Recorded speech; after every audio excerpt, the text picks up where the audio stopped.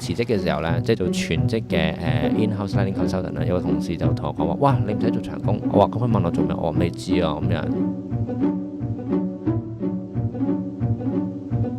因為身體問題啦，即係焦慮太嚴重啦，瞓唔到啦，食唔到啦，好辛苦，好大問題啦。但係佢覺得做展覽或者做翻我之前 train 出嚟做表演藝術做藝術嘅，我覺得即係做咗個展覽之後就覺得好大回報。錢係少咧定係少啦，但係好多人會話俾你聽，即係你做嘅嘢好有意義。你點樣受 inspire 點樣嗰個回報，我仍然覺得嗰件事係令到我個推動力咯。instead 落嚟俾再大嚿錢我咯。咁嗰個同事就問啦：你好似講到即係錢完全對於你嚟講唔重要。我同佢講話，錢對我嚟講好重要，但係唔係最重要。